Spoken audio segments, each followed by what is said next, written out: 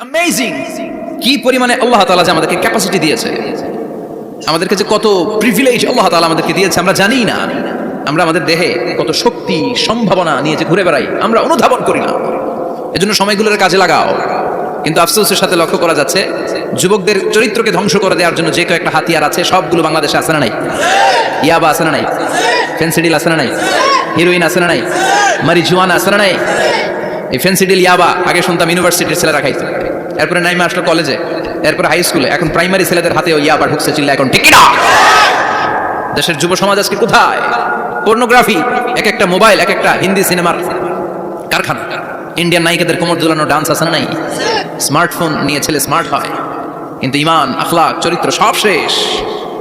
অপরাজনীতি, রাজনীতির নামে মন্দ খারাপ প্রতিহিংসামূলক ছাত্র রাজনীতি, নেতারা এই যুবক ছেলেদেরকে ইউজ করে, ওর বিরুদ্ধে ও মার, তুই ওরে মার, ওনারা থাকে অন্য জায়গায়, আছে না নাই?